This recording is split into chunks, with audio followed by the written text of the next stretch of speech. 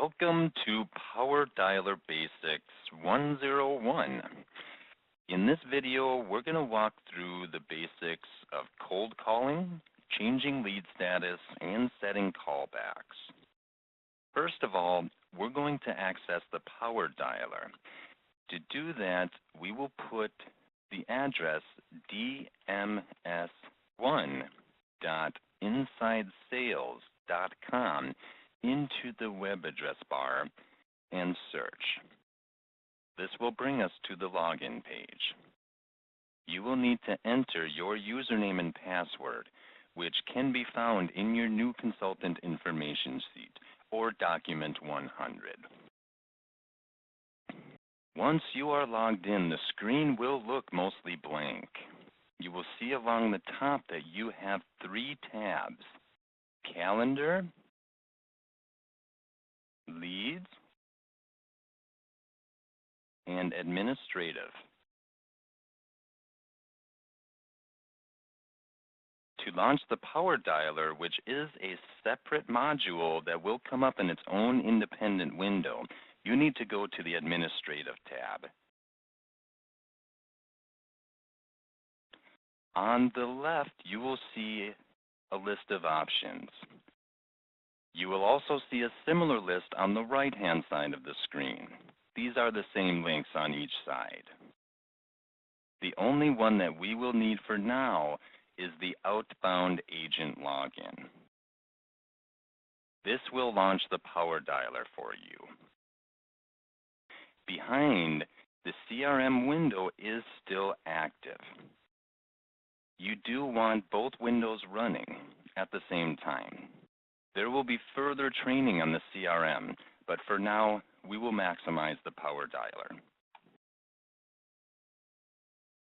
Automatically, when the PowerDialer launches, the dialer settings window will be open. The station phone, this is the number that the system dials you to connect before dialing out to a lead. Before the system calls an outbound lead, it needs to connect with your phone first. Once it's connected with your phone, then it's able to place outbound calls on your behalf. You can change this number on a temporary basis if needed, and if you would like us to change the default, just let us know. Below that, you will see the outbound list.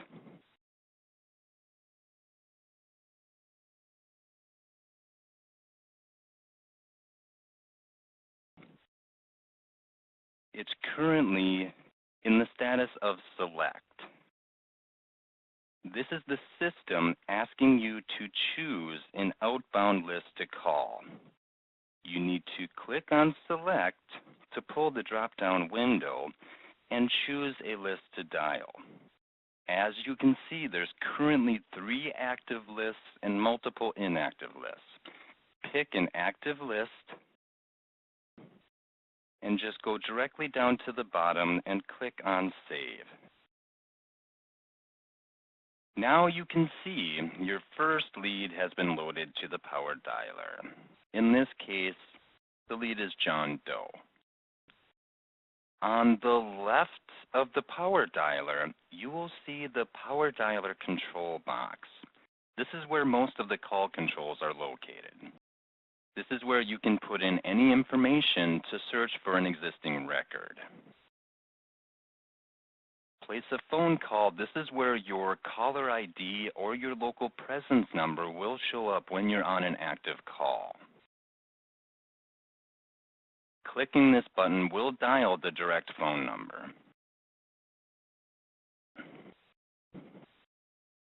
The next call button disconnects the current call and automatically dials the next lead. Disconnect, very simply, disconnects the call. Redial will redial the number. Add event. This button will pull up the Add Calendar Event window. Send email. This will pull up the Send Email window with the information templates. The tick sheet pulls up a call report of daily activity on the dialer and CRM. The Save button will save any changes that you have made to this lead. Save and Next will save any changes you have made to this lead and cycle to the next lead without dialing. Skip does nothing but skip to the next lead. Makes no changes, only skips to the next lead. Leave voicemail is not currently used with our system. Below that, you'll see the Actions box. Some of these actions can be found in other locations on the page, but are also listed here. First of all, you see there's a Send Email. This will also pull up the email window with the information templates. Directly below that, set a callback. This will pull up the Set Callback window. There will be further training on setting callbacks in this video. Below that, View Pending Callbacks. This will pull up a window to allow you to view the pending callbacks that you have existing.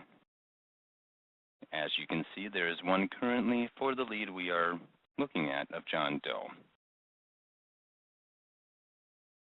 Add an event.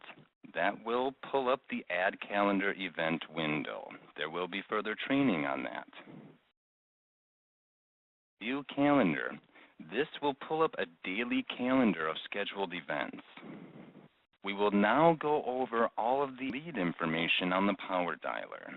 This is information that you can edit or change. There will be further training on this before you send information to a prospect. Owner. This is the consultant that owns the lead. All of the leads will be in Lana Pulio's name initially. This is only changed to your name when you are working the lead, and that is covered in the following video. Contact date. This is the initial time you have contacted the lead. Lead status. All leads initially are in select status. This means that the lead was recently loaded and has not yet been called. You must change the status of each lead before moving forward. If you do not reach the lead but the information seems current and correct, you just put it in attempting contact and hit save, and then you would hit next call if you were dialing. In this case, we're going to go over the lead statuses. Attempting contact. This means the company is still attempting to contact this lead. When you are cold calling and you come across the lead that's already in attempting contact, that means we are still trying to contact the lead. You do not need to make any changes unless you contact the lead or discover that the information is bad. Then you will status the lead accordingly. Not interested means the lead is not interested in any investing. Not accredited. This means the lead is no longer accredited. Not an investor. This means the lead may be accredited, but is just not an investor and not interested in this. Disconnected number. Very simply means that the phone number is disconnected. Bad contact number. This means the phone number is in service, but it is bad information, whether it being not the right number for the lead or the wrong number altogether. Deceased. This lead is no longer living and has deceased. Duplicate.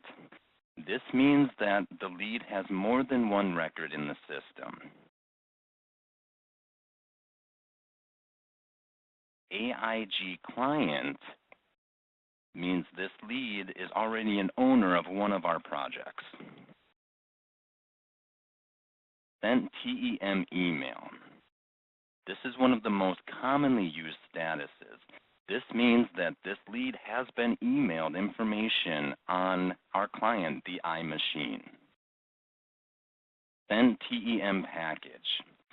This means the lead has been sent a physical package on our project, the iMachine. TEM no email. This means the lead either does not have an email address or does not want to be sent information via email. TEM package recall. This means the lead has requested a physical package but needs to be requalified for whatever the reason may be. Close pending TEM. This means that this lead is ready to do documents on our project, the iMachine. Hot TEM. Hot is another word to gauge interest of the lead. Interested TEM, another word to gauge interest. Lukewarm TEM, again, to gauge interest. Nurture. This means that this lead needs nurturing. This is one of the statuses that does not get the weekly conference call invites. So if you have a lead that's very close and on the fence, and you don't want to send him an invite for next week's conference call, you can put him in the nurture status, and he will not be sent those invites. There will be further training on that in the future. There are 3 statuses that do not get the conference call invites. That would be close pending TEM, nurture, and TEM no email. We have TEM front dead. This means this lead was shown the iMachine but was no longer interested but may be open to other investments. TEM front not liquid. This means after being shown the iMachine, this lead had no liquid capital to invest. Lead source. This is what campaign or list this lead came from and the date that it was loaded. The campaign is the name of the list. On the right below contact date, you can see fields for Consultant 1 and Consultant 2. We have a number of consultants that will work with other consultants, and especially if you're new to this business and have never done this before, you would want to start off on the opening or the fronting side. That is where you make initial contact with the lead and then turn the lead over to another consultant to follow up. In that case, Consultant 1, who is the opener or fronter that introduces this lead to the company, would go here. The consultant that is following up with the lead will go in the Consultant 2 field, which is located here.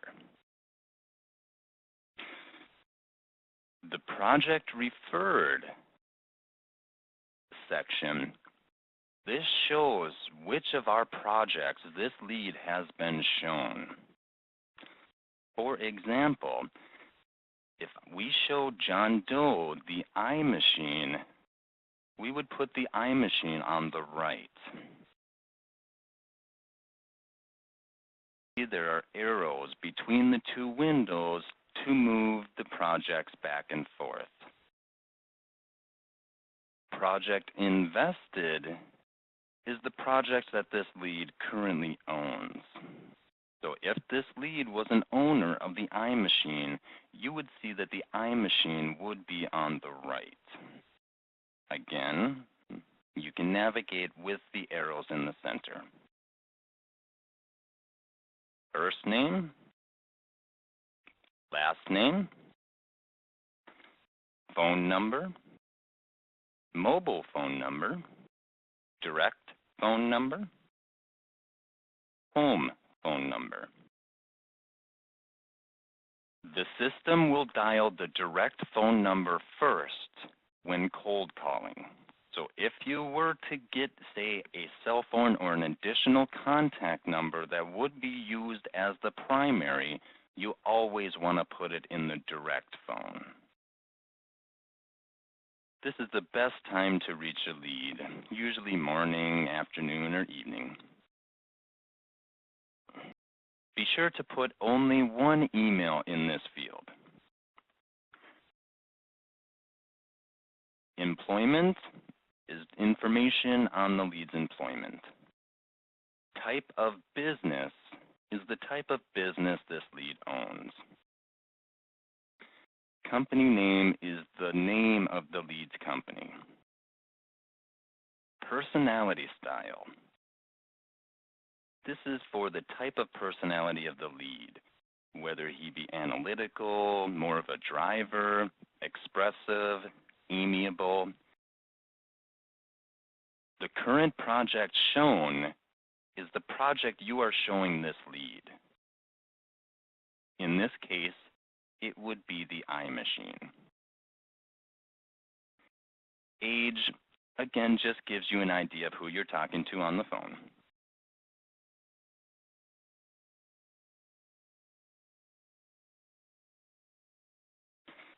Now we will scroll down a little bit to get to the location information. Here's the street address, the city, date, zip or postal code, the Zillow field. This is for residential or commercial home value. Net worth is the amount of the net worth of the lead, whether it be 1 million, 2 million, 2.5 million, be descriptive.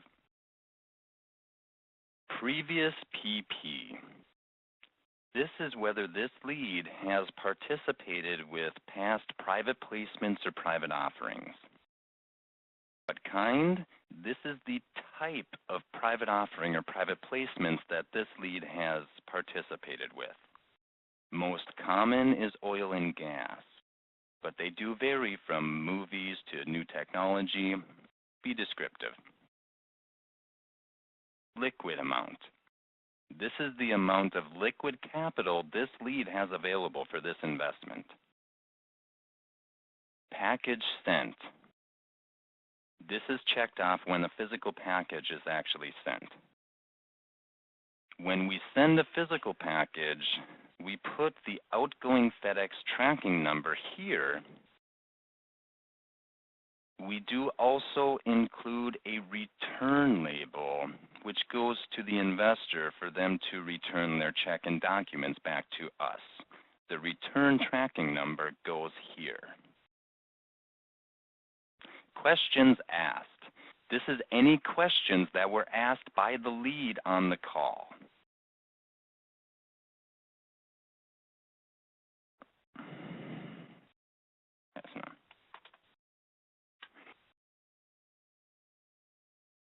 Whatever you do, do not just type the notes in the description field.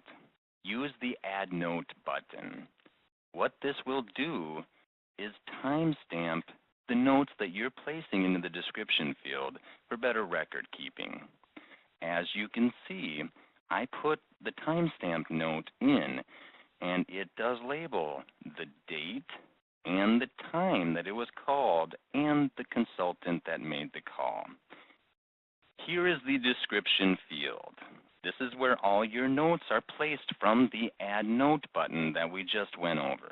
This is where you will put all general notes and updates. Be descriptive with your notes. If you ever are out and the company needs to follow up with that lead, we need all communications here to reference. This will also help if you happen to follow up with any leads from past consultants. Keep in mind, this system is set to cycle leads every 51 hours. What this means, once a lead is dialed, it is pulled from the rotation for at least 51 hours before it comes up to be called again. That equals 2 days and 3 hours. That will also rotate this lead for each time it's contacted will be at a different time of day. And we'll also try different parts of the day until we stop attempting to contact the lead. We will now talk about callbacks. Callbacks are only for cold calling. Callbacks are not for follow-up calls. A couple examples for callbacks would be if a lead was out of the office until next month, or maybe only comes in for an hour a day, or possibly maybe actually going through a divorce and his capital's tied up for a few months. None of those are solid appointments and could go to the next available consultant at the time to most benefit the company. If you're not at your station when that callback occurs, it will go to the next available consultant. Do not use callbacks on leads that you are working. In those cases, we will set events. There will be further training on that. In order to set the callback, we're going to come down to the left-hand side of the screen. As you can see in the Actions window, the second option down is Set Callback. When you hover your mouse over that, it will automatically launch the window. You can also click it. Then you need to choose a callback date. Keep in mind they're automatically set for 1 hour ahead of your current time. Here you will change the day. I'm going to set this one for tomorrow, and we're going to set it for 3 o'clock. As you can see, in this case, the time zone of me and the lead are the same. When the lead is in a different time zone, it will show their time here.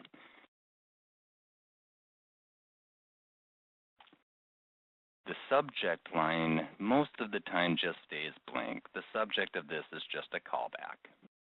The description, you can put any notes that you would like to help the consultant that would be following up with this lead. Completely optional. Once you have chosen the time and put notes in the description, you have to confirm by hitting the Set Callback at the bottom of the window. If you do not hit the Set Callback, the callback will not be set. You must confirm by hitting the Set Callback button at the bottom of the window. You can always check to make sure that you set the callback properly in View Pending Callbacks, which is located directly under the Set Callback option in the Actions window. You do have options for today, the next 7 days, and also even the next 30 days. There will be further training in the next video on editing the record prior to sending information. I hope you enjoyed.